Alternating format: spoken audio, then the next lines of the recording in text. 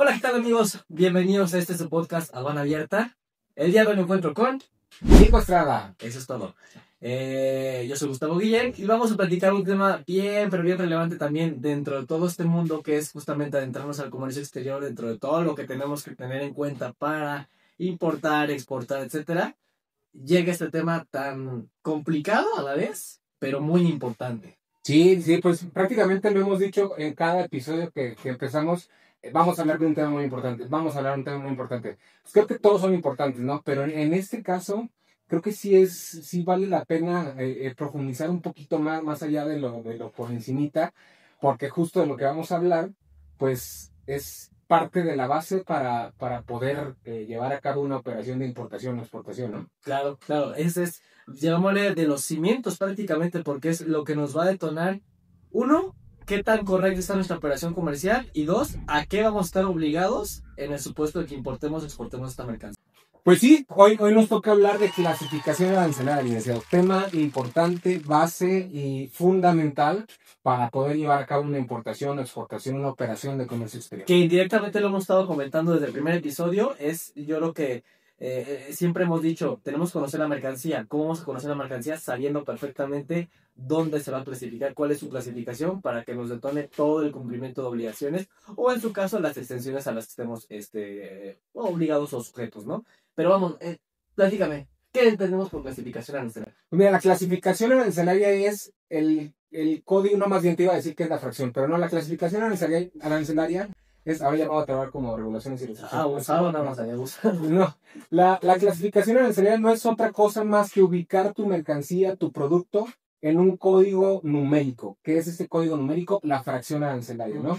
Que pues de ahí parte justo para poder identificar, como bien lo decías, a qué está llamada nuestra mercancía, cuáles son los impuestos que se tienen que pagar, cuáles son las ranas o las regulaciones y restricciones no arancelarias que se tienen que cumplir. Qué bonito nombre, no he escuchado así. ¿No lo he escuchado en la radio? Es que es RRNA, sí, pero ranas. Yo soy el que le llamo rana, no sé si alguien más de la conoce. Y yo ahorita en los comentarios nunca lo hemos conocido así, sáquenlos de aquí porque las ranas, miren, bien interesante, todo desaprende algo nuevo. Pero más bien lo identifiqué para no equivocarme con las ranas. Las ranas. Pues ya les voy a llamar ranas. En aduanas aquí sería como ranas. Será rana. Okay. Pero bueno, es el cumplimiento. Pues vamos a encontrar a través de la fracción arancelaria de nuestro producto a qué está llamado, ¿no? Ya lo decíamos, el pago de los impuestos. Incluso normas oficiales mexicanas, cuotas compensatorias, porque no basta únicamente con decir que quiero importar un zapato, una computadora, un celular, un micrófono, ¿no?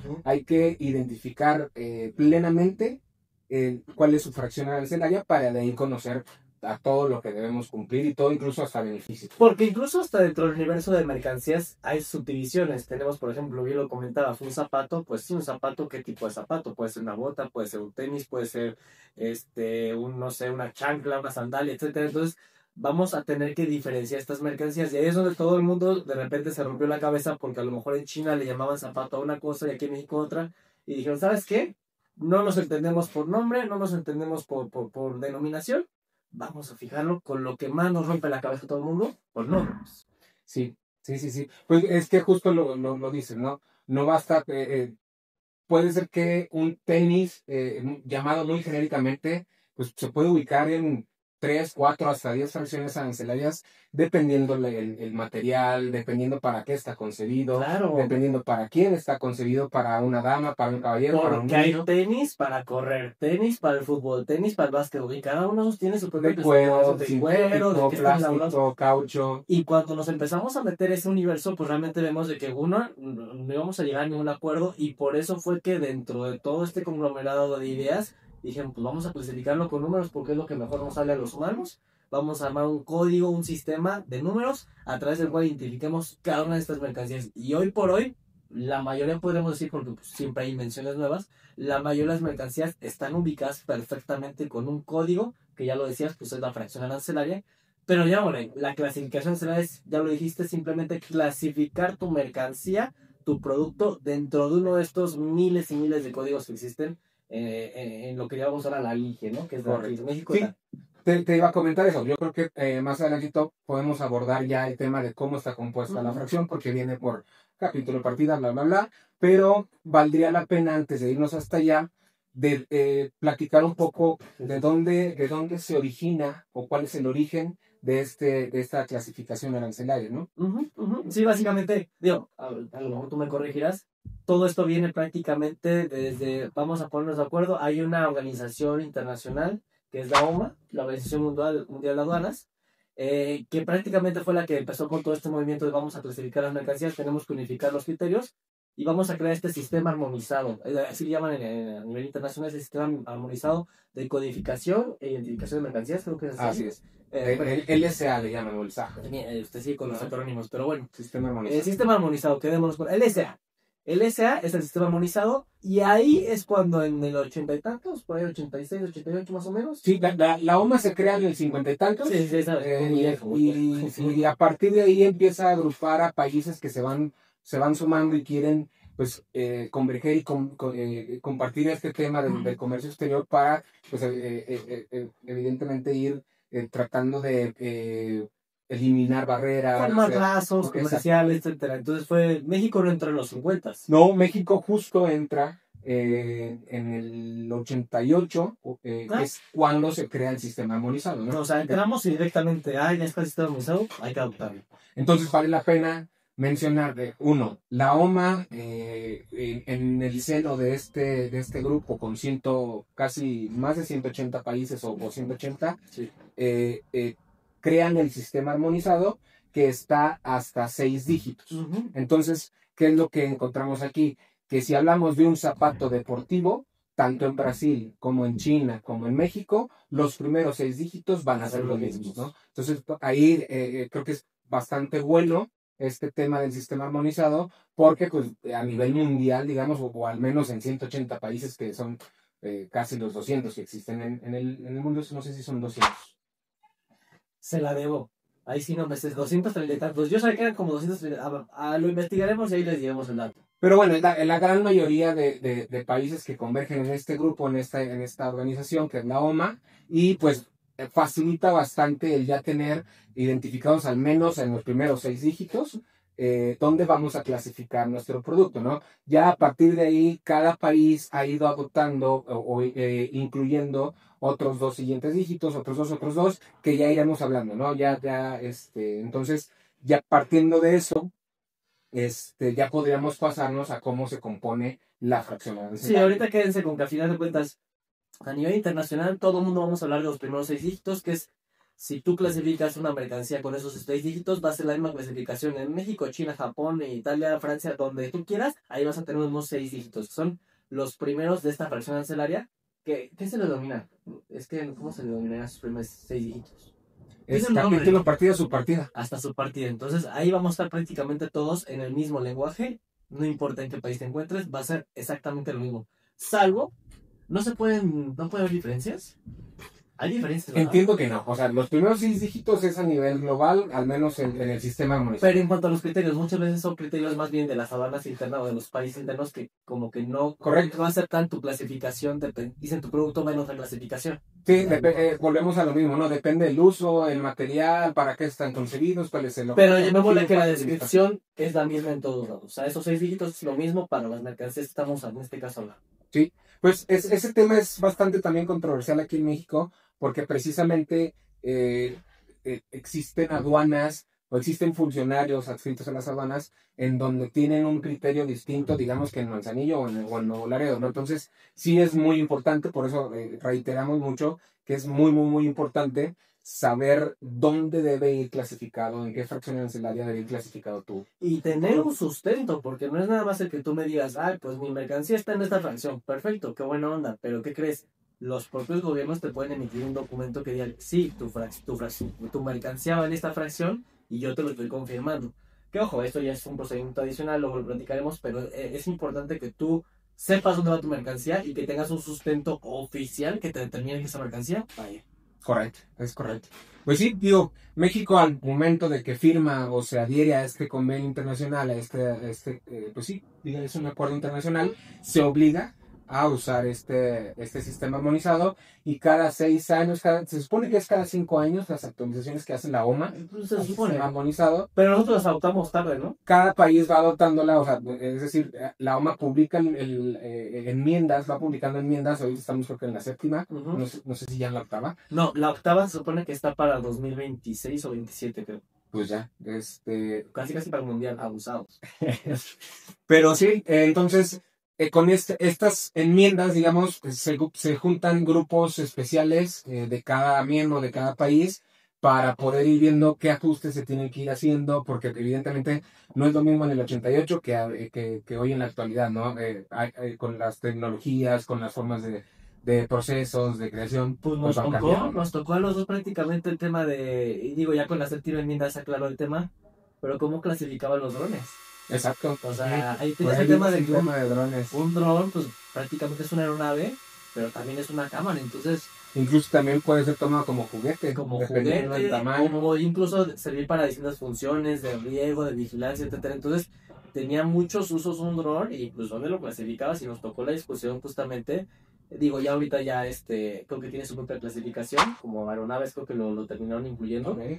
Pero es a donde te lleva toda esta materia, ¿no? De dónde clasifica un producto que pareciera ser tan sencillo, pero ya que te empiezas a especializar, dices, pues no es tan fácil como uno lo piensa. Sí. Otro ejemplo que a mí me tocó siendo funcionario en la Secretaría de Economía y fue muy sonado en ese momento, pues se tiene que mencionar. Está bien, échalo. Aquí se pilló en la Secretaría de Economía. Me tocó cepillar a los no fabricantes, pues eran como la maquila que se dedicaba aquí a armado de televisiones. Okay. Entonces, se importaba la televisión, digamos, faltándole 8, 15, 20 tornillos y con la caja aparte.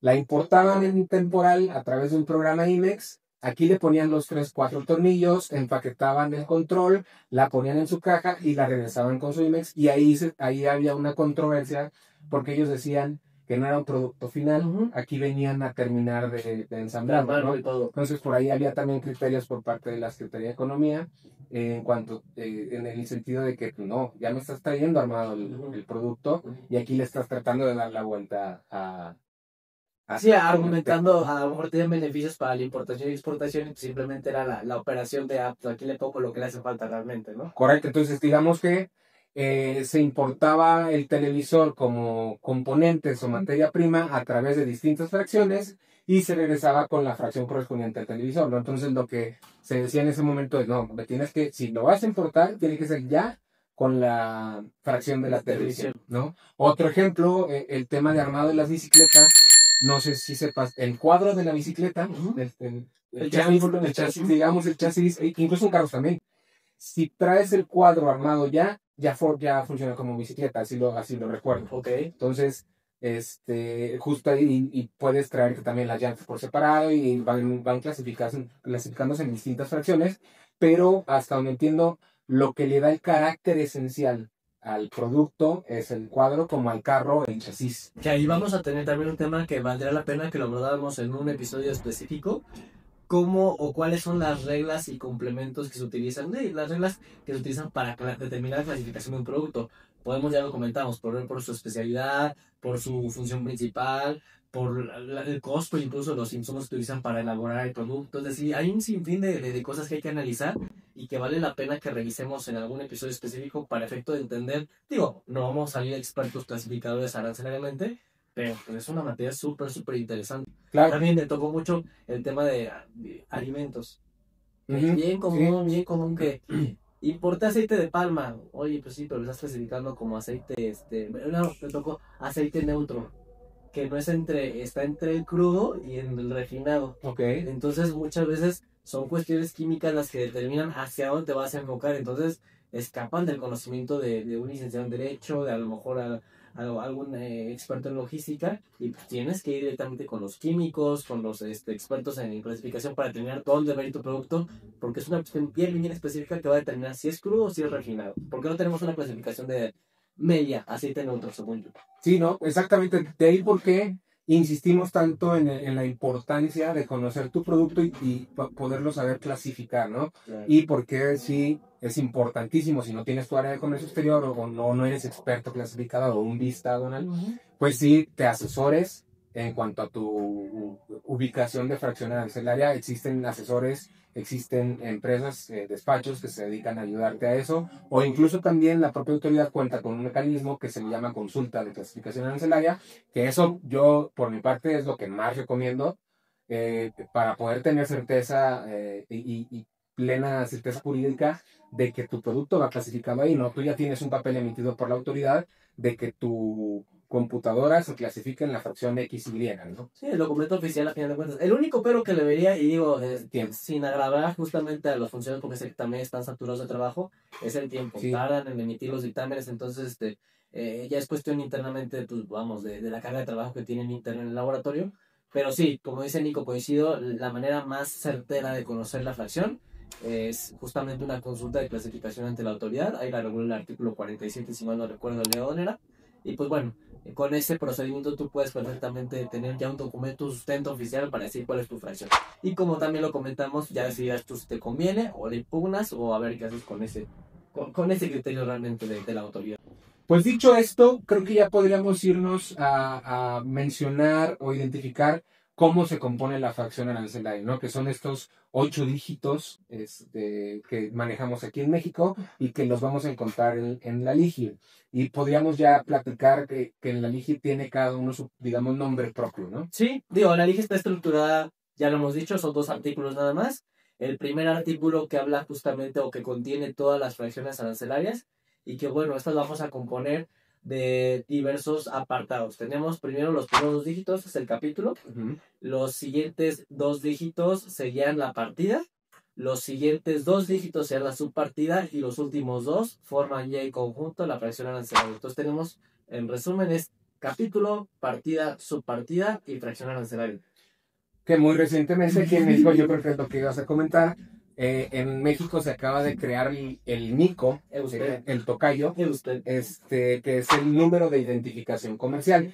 Que este NICO, yo la verdad es que lo veo un tanto inservible, que es ya lo que compone a 10 dígitos este número, pero hoy en día únicamente se utiliza para temas de información estadística, no te da más, porque las regulaciones y restricciones no arancelarias, las RANAs, se siguen identificando a través de la fracción arancelaria. Y Claro.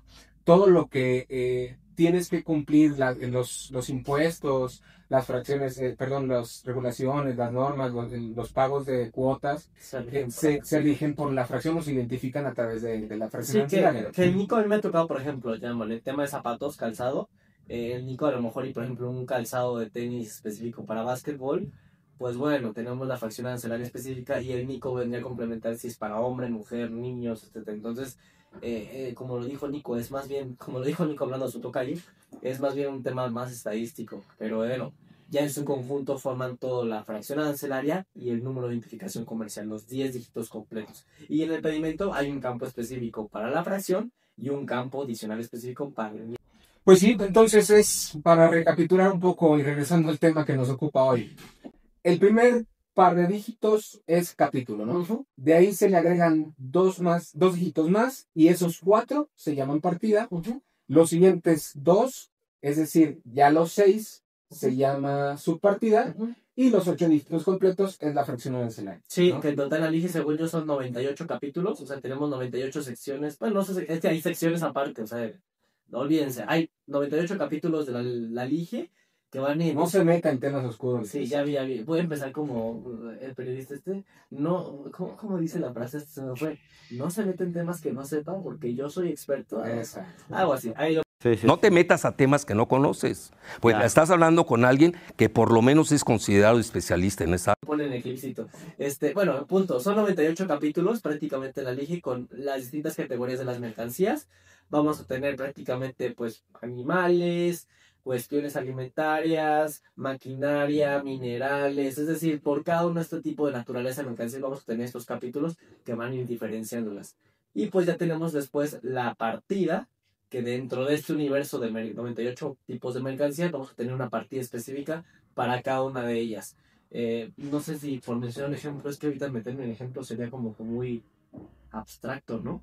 Pues es que van a existir N cantidad de ejemplos, la verdad. ¿Sabes cuántas fracciones arancelarias hay en la LIGI? Mira, no traigo el dato, pero sí está publicado por la Secretaría de Economía. ¿En serio? En la información estadística que publica esta dependencia.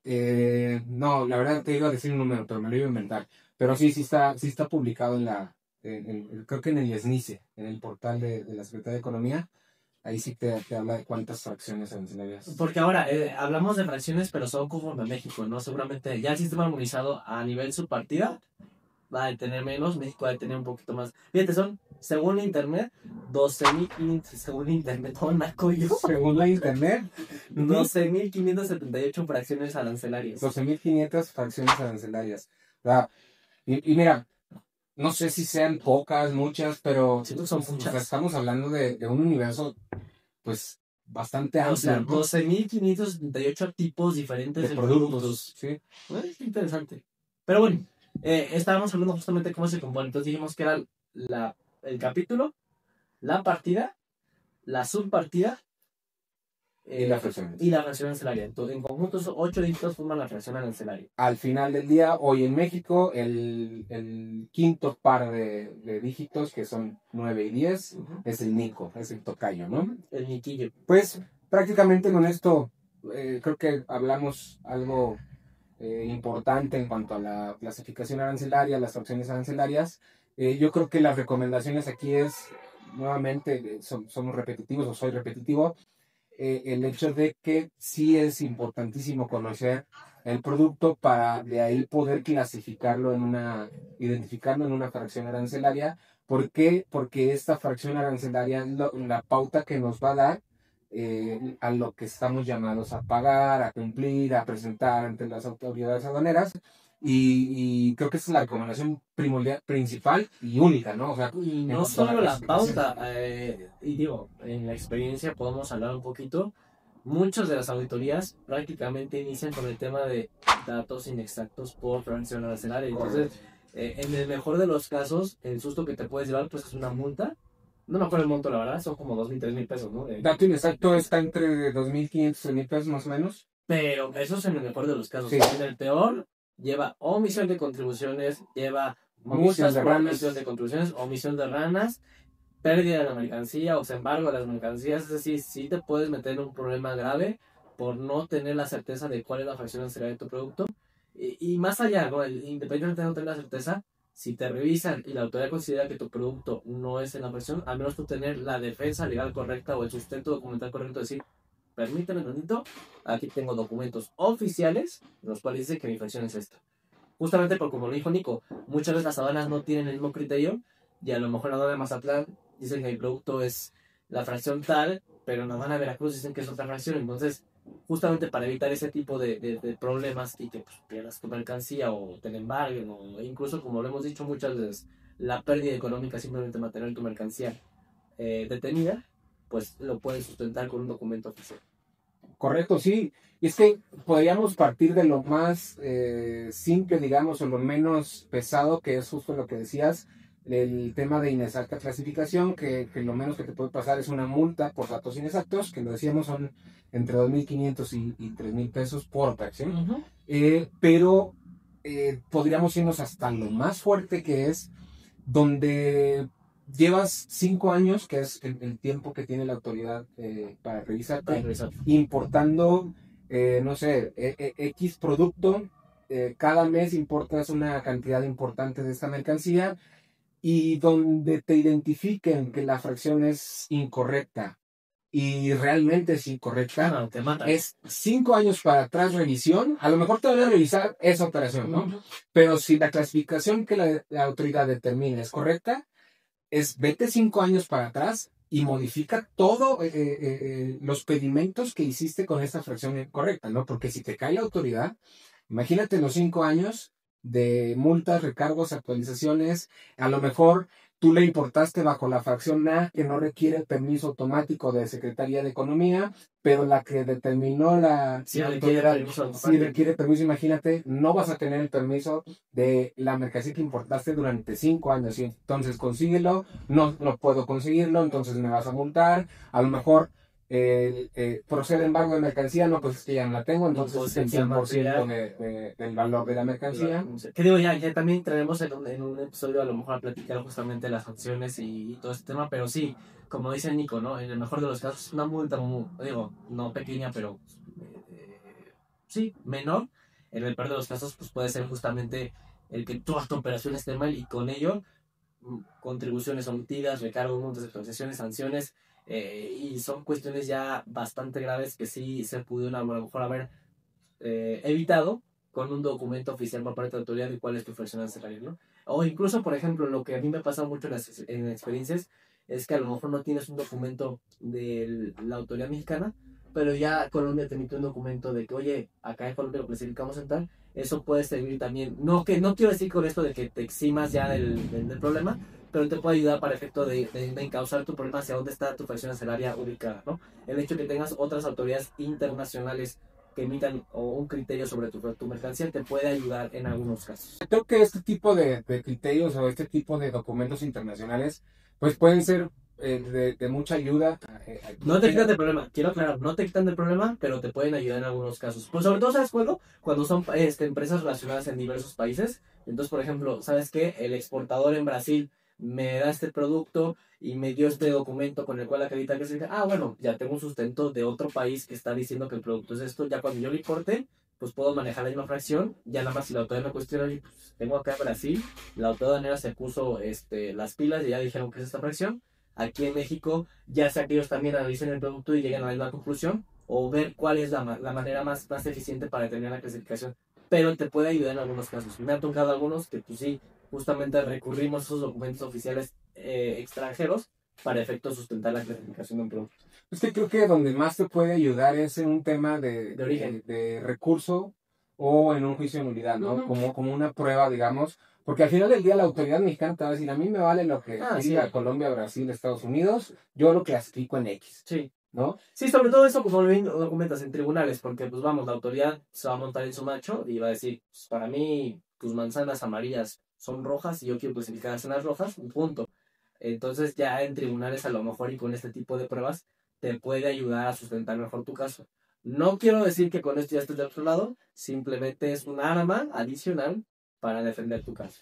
De ahí porque para mí es importantísimo lo que hemos comentado, el tema de la consulta de clasificación arancelaria. Sí, si bien es un tema que te lleva, pues sí, bastante tiempo, porque muchas veces la autoridad se toma mucho más del tiempo que está establecido, creo que son 3 o 4 meses. 4 meses creo. Para la resolución y incluso te puede llegar a requerir y si te requiere se suspende el plazo, o no recuerdo si se suspende o vuelve a iniciar el plazo de los 4 meses. No, según eso se suspende. Creo que se suspende. Digo, al final del día son 4 meses en el mejor de los casos. Digamos que son de 4 a 6 meses para obtener tu ruling, como lo llaman ahí coloquialmente. Son muy corporativos también el ruling. Pues es que así se llama. Está bien, así es como se le llama en el argot del comercio exterior. El ruling. Pero bueno, sí, o sea, yo creo que una operación bien planeada, pues sí debe contemplar el contar con tu consulta de clasificación arancelaria para evitar todo esto que dijimos en los últimos 3, 4 minutos, ¿no? El tema de multas, recargos, es un crédito fiscal del cual, si estamos empezando, no lo queremos porque nos va a tronar. No. Si es que estamos empezando, si es que somos una empresa pues ya consolidada o muy, muy fuerte, de cualquier forma, un crédito fiscal a empresas grandes tiende a ser millonario. Y digo, vale la pena comentarlo, obviamente, digo, no a grandes rasgos. El trámite de la consulta, pues es simplemente someter tu consulta de clasificación. Si tú dices, oye, yo quiero clasificar este micrófono, pues yo creo que es esta partida, pero tengo dudas con otra partida, entonces le someto a la autoridad que ella decida cuál de las dos, o a lo mejor esa autoridad, ¿sabes qué? No es ni la tuya ni la otra, es una tercera que encontramos por ahí. Y pues bueno, ya es la autoridad quien decidirá a través de estudios, análisis a la mercancía. Aquí podríamos hablar, que se nos estaba yendo un poco, el tema de las notas nacionales, que hace años se llamaban notas explicativas, hoy las llaman notas nacionales, que ahí te van dando la pauta un poco más detallado de cada producto, empieza con los capítulos, con las partidas, subpartidas, y te van diciendo dónde puedes ir encasillando del producto. El producto. Que a fin de cuentas sustituyeron las notas nacionales sustituyeron las notas nacionales a las explicativas. Había creo que hay un tema que no las habían sustituido, que simplemente era para complemento, ¿no? Lo que pasa es que las notas explicativas también, según yo, vienen de la OMA. Ajá. Incluso nosotros hicimos nuestra propia traducción al español, porque la OMA oficialmente lanzó creo que la versión en inglés y en francés. Sí. No recuerdo si por ahí algún otro idioma, pero segurísimo que es inglés y francés. Nosotros las adoptamos aquí, pero hicimos también nuestra propia traducción. Sí. Esto también desde los 80s. Pero en el momento en el que, no estoy seguro, pero creo que así es, en el momento en el que lanzamos o adoptamos la sexta enmienda o quinta enmienda, es donde nosotros decidimos ya no utilizar la traducción de las notas explicativas y emitir nuestras notas nacionales, que son prácticamente lo mismo. Pero ahí te digo, ahí es donde te van orillando, digamos, hacia llegar a tu fracción arancelaria un poco más explicado. Sí, esa es como ya el instructivo, ¿no? Como de que, oye, en este tipo de fracciones van a encauzarse este tipo de productos, o en este tipo de partidas o partidas van a encauzarse este tipo de productos específicos conforme a las características y naturaleza de cada uno de ellos. Sí. Pero sí, tenía razón, no hemos comentado eso. ¿Qué digo? También lo podríamos abordar ya en un episodio Que también, ojo, no son de observancia obligatoria para la autoridad, es un documento, digamos, un acuerdo que se hizo a través de acuerdo en el DOF, pero no es de observancia obligatoria hasta donde recuerdo. Es decir, es como bien lo dices, una guía para irte orientando en dónde puedes ir clasificando el producto. Pero sí, básicamente eso es a grandes rasgos, eso es lo que tiene que ver con la clasificación arancelaria. Ya vimos el tema de dónde vienen, con qué se comen, con qué se leen, qué clasifican, qué incluye, cómo está compuesta la fracción arancelaria. No sé si nos haga falta abordar algún tema. Pues creo que no, creo que como lo decía hace rato, lo abordamos bien ahí por encimita, un poquito más a profundidad, pero creo que queda, para mí es bastante explicable. Esperemos nos hayamos dado a entender en este episodio. Aquí podríamos pasar ya a lo que es el contenedor de noticias.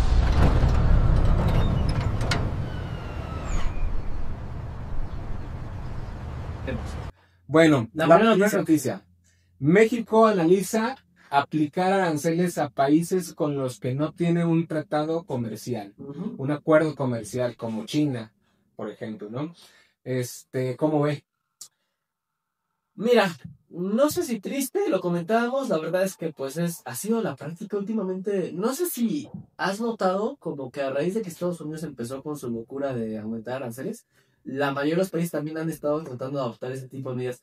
No me acuerdo si fue Ecuador, ¿te acuerdas que se te sí, de Ecuador vamos a aumentar? Y nadie lo peló Ecuador, pobre Ecuador. Pero bueno, sí. No hablamos de Ecuador, México. Me parece que la verdad es que pues, es una medida de defensa, de agrado hacia alguien. ¿Podría ser? ¿De agrado hacia alguien? Es que pareciera que no, o sea, está disfrazado que no, porque incluso están lanzando esto que le están llamando el Plan México, que todo esto lo están mandando, lo están paqueando para el Plan México, que es un paquete para 2026. Entonces, yo creo que lo están disfrazando a través de este plan, pero o sea, como lo hacen México y como lo hacen muchos en los que, pues, tienen cierto respeto hacia el señor de arriba, creo es para decirle, oye, aquí estoy contigo, mira, tú también subes, yo también subo, porque la realidad es que yo, creo que en el primer capítulo lo comentaba, ¿no? Para mí es importante, los acuerdos comerciales que México ha firmado le han servido bastante, llámese el TIMEC o ITIMEC, el Telecue, el TPP-11, entonces, más allá es mi humilde opinión, ¿no? Más allá de aplicar aranceles a países con los que no tengo acuerdos, pues sentémonos a negociar un acuerdo, ¿no? O sea, al final del día de eso se trata, lo que hablábamos en el programa. La OMA trata de que convergen países para generar lazos entre el comercio exterior, evadir o eliminar las barreras comerciales, ¿no? Claro, no, me parece bien. Al final de cuentas, creo yo también, converjo con tu opinión, en el sentido de que lejos de imponer los aranceles o atacar esa medida, pues sería, vamos a negociar, a buscar la eliminación de barreras arancelarias, a buscar la facilitación comercial. lo que me llama la atención de esta noticia es que, pues, a ver qué es lo que va a pasar, porque vamos a tener que modificar cadena de suministro, a lo mejor en nuestras operaciones, buscar operaciones con países con los que tengamos acuerdos comerciales. No sé si, por ejemplo, algunos países, sobre todo asiáticos, que no son China, obviamente, puedan a lo mejor y suplir la demanda que China, en su caso, nos estaría mandando, ya ves, en Vietnam, Tailandia, países con los cuales sí hay un acuerdo comercial, pudieran a lo mejor absorber toda esa carga, que pues muchos veces van a decir, no me conviene con China por el aumento de aranceles, volteo a otros países, a lo mejor pudieran considerarlos como opciones sustitutas comercialmente hablando. Pues habría que ver cómo lo piensan manejar, ¿no? Porque, tío, al final del día, si yo me traigo materia prima de China, pues al importarla a través de mi programa IMEX, como lo hablábamos en el episodio pasado, pues es probable que no me aplique el arancel. O sea, siempre y cuando lo retorne al extranjero, ¿no? Lo importo para someterlo a un proceso productivo sin el pago de aranceles y lo regreso, ¿no? Pero habría que ver cómo lo aborda, porque en ciertos casos hay regulaciones, por ejemplo, que sí se requieren o sí se exigen, aunque sea importación temporal. O, por ejemplo, ya las empresas que buscan comercializar sus productos aquí en México, pues justamente ellos van a tener que buscar esta modificación de su cadena logística para buscar países con los cuales sí México tenga un acuerdo comercial y suplir esta demanda de pues, países con los cuales no vamos a tener este acuerdo y vamos a tener el aumento de aranceles. Pero bueno, ¿es idea o ya es efectiva como tal? Pues Es idea, ¿no? al parecer es una idea ya un poquito más plasmada en blanco y negro, ¿no? Lo decía el jueves en su mañanera la presidenta Sheinbaum, que justo lo están planeando para el paquete del Plan México y con esto pretenden, como lo decía yo, otra vez en mi humilde opinión, es un disfraz a través del Plan México para proteger a la industria nacional y no depender de mercados internacionales. Yo no sé qué tanto dependemos de mercados internacionales como para decir voy a bloquear importaciones de países con los cuales no tengan acuerdo comercial. Digo, está interesante la noticia, vamos a ver cómo evoluciona. Yo me quedé con el tema de, pues simplemente, si se da, buscar la opción para enfocar mi operación en países con acuerdos comerciales. Ahora, ojo, yo creo que, digo, no he visto a profundidad lo que se planea hacer en el Plan México o el no sé si ya haya un documento, digamos, algún borrador de este Plan México o algunos pasajes ya publicados o hechos ver por los funcionarios, pero yo tampoco lo veo mal. O sea, pues es un instrumento o pretende ser un instrumento para evidentemente cuidar la industria nacional, que en principio pues cualquier país debe ver por su industria local, ¿no? Claro. Pero pues hay que ver por dónde se ataca, ¿no? Porque también existen operaciones de comercio exterior que se van a ver afectadas por empresas que lo hacen bien, que trabajan bien, que viven de eso, ¿no? Claro, sí, coincido contigo, como lo dije, converjo con la opinión, pero sí, es un punto toral, y ha sido un punto toral de la política de muchos países, Estados Unidos, México, Ecuador, Europa también muchos han enfrascado en este tema de la guerra de aranceles, ¿no? Entonces, pero me parece, yo no había escuchado tanto, o sea, que fuera tan como que reiterativo. Estos últimos años ha sido y aumentos y aumentos y aumentos de aranceles a diestra y siniestra. Y hasta donde tengo entendido, justamente las organizaciones internacionales era lo que se buscaba impedir, que no hubiera llamémosle, despilfarreo de es que ahorita lo decías, desde que el licenciado utilizó esa arma para amedrentar, para meter miedo, para que en algunos casos ha funcionado, no, pero en otros no. O sea, pero a partir de que lo hizo él, pues muchos países, ahorita lo decías, Ecuador, ¿no? Que lo intentó hacer y no le... con todo respeto para la gente de Ecuador, todo ahí montado su macho en su chihuahua, ¿no? De echarlo No, y por ahí vi en redes sociales que sí, incluso los propios connacionales ecuatorianos, pues sí, pues hasta con burla lo vieron, ¿no? Sí, que digo, no debiera ser, pero pues, o sea, no sé, me pareció un tanto, pues sí, fue un poco risible. Es que estuvo muy curioso porque era guerra justamente de aranceles y de repente cuando yo también, así como que, ¿y a ti quién te dijo qué o qué? Como que nadie te invitó, pero bueno, con todo respeto obviamente para el gobierno de Ecuador. Pero entonces, o sea, de ahí, desde que lo empieza a hacer Estados Unidos, muchos lo empiezan a hacer, ¿no? Yo, por ejemplo, en el caso de México, yo donde veo la protección a la industria, pues es a través de los sectores, del establecimiento de padrones sectoriales, de las cuotas compensatorias precisamente establecidas más a productos chinos, pero a partir de que el arma utilizada por el gobierno de Estados Unidos son los aranceles, pues muchos, como México, pues ya contempla el, ay, pues no me gusta esto, te pongo arancel, ya no me gusta esto, te pongo arancel, me caes mal, te pongo arancel. Incluso no solamente para medidas comerciales, sino políticas. Correcto.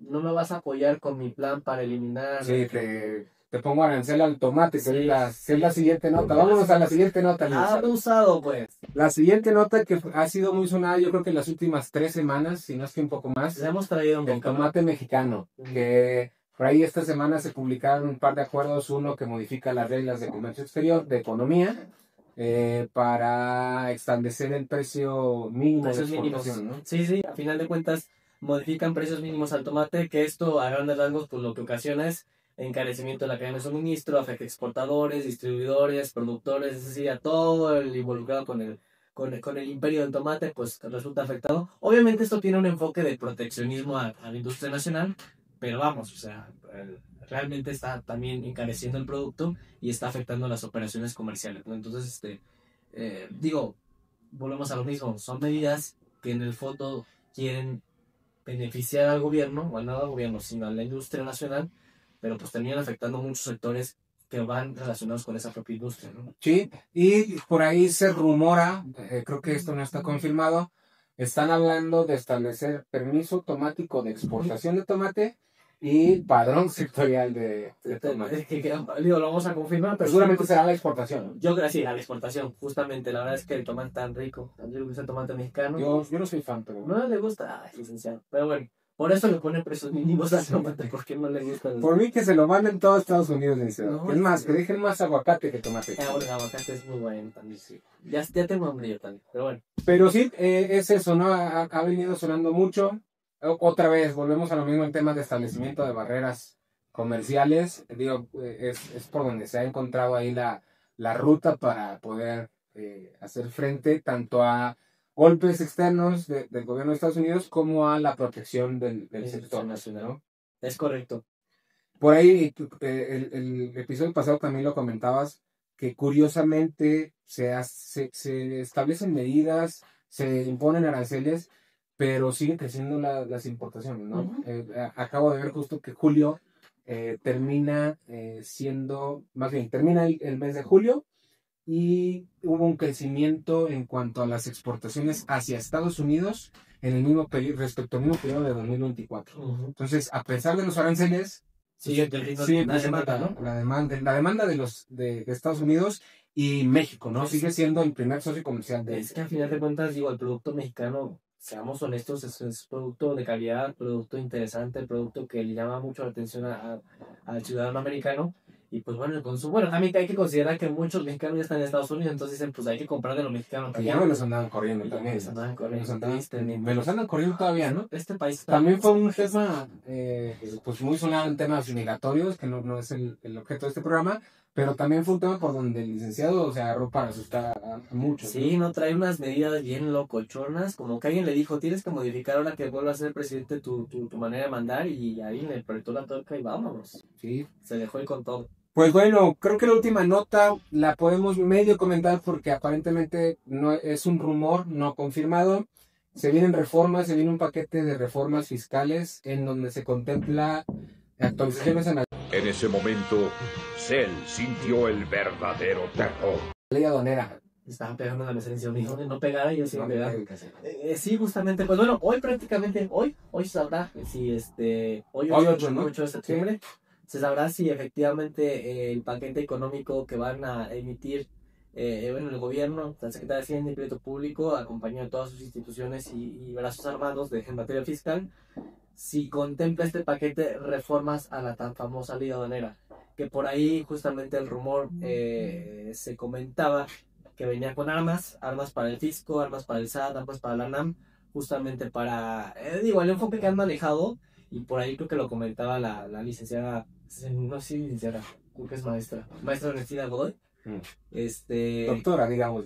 también doctora, todo el gobierno tiene. Aquí en la Aduana Abierta todos son doctores. Además, ya lo voy a decir doctor. La doctora Ernestina Godoy, la doctora Ernestina Godoy comentaba que es justamente con todo el afán de evitar la corrupción, ¿no? Entonces, les dan más armas a las autoridades para fiscalizar a los contribuyentes y pues revisar que las operaciones estén bajo el marco legal, ¿no? Entonces, habrá que estar pendientes. Esto igual y dará tema para también un episodio completo de Aduana Abierta, porque vienen cambios. De lo poco que yo pude revisar, sobre todo los proyectos que había de reformas, venían importantes modificaciones, sobre todo las sanciones, a temas de procedimientos aduanales, sobre todo incluso Responsabilidades a veces responsabilidades a los agentes compartidas. y también las áreas digitales, justamente modernizar más los procedimientos para efecto de eficientar las operaciones. Pero bueno, habrá que analizarlo a detalle, es un rumor como bien lo comentas, hoy sabremos si concreto o no, y pues bueno, esperar. Pues sí, creo que sería bastante bueno tratar de encontrar al padrino de invitados a este podcast para ver si platicamos de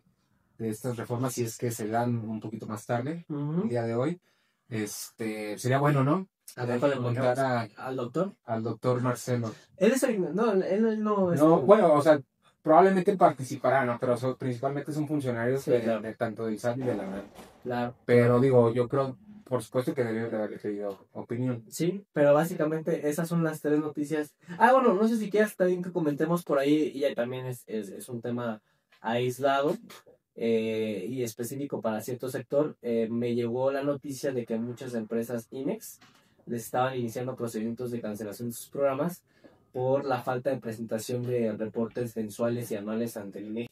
Sí, vi que por ahí, digo, estaba usando, es lo que leí más o menos, no medianamente, solamente vi el titular y un poco. Estaban usando la justificación del reporte de INEGI, pero para meterse a más cosas, ¿no? Algo así. Es que justamente el susto principal vino porque, oye, me suspenden mi actividad de importación temporal bajo el esquema IMEX, bajo esta supuesta causal de que no presenté los reportes, que en muchos casos empezamos a analizar y si era cierto.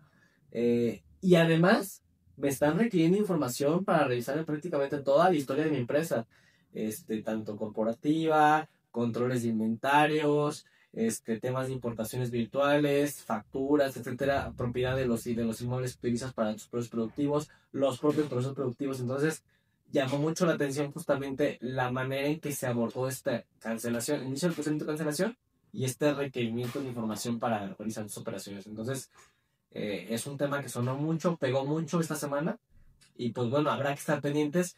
Mi recomendación, y es una opinión totalmente mía, atienden el requerimiento, tratan de desahogar la causal en este caso el inicio de cancelación y acérquense sobre todo con Secretaría de Economía, que fue quien emitió estos oficios, para entender un poquito más hacia dónde van estos requerimientos de información.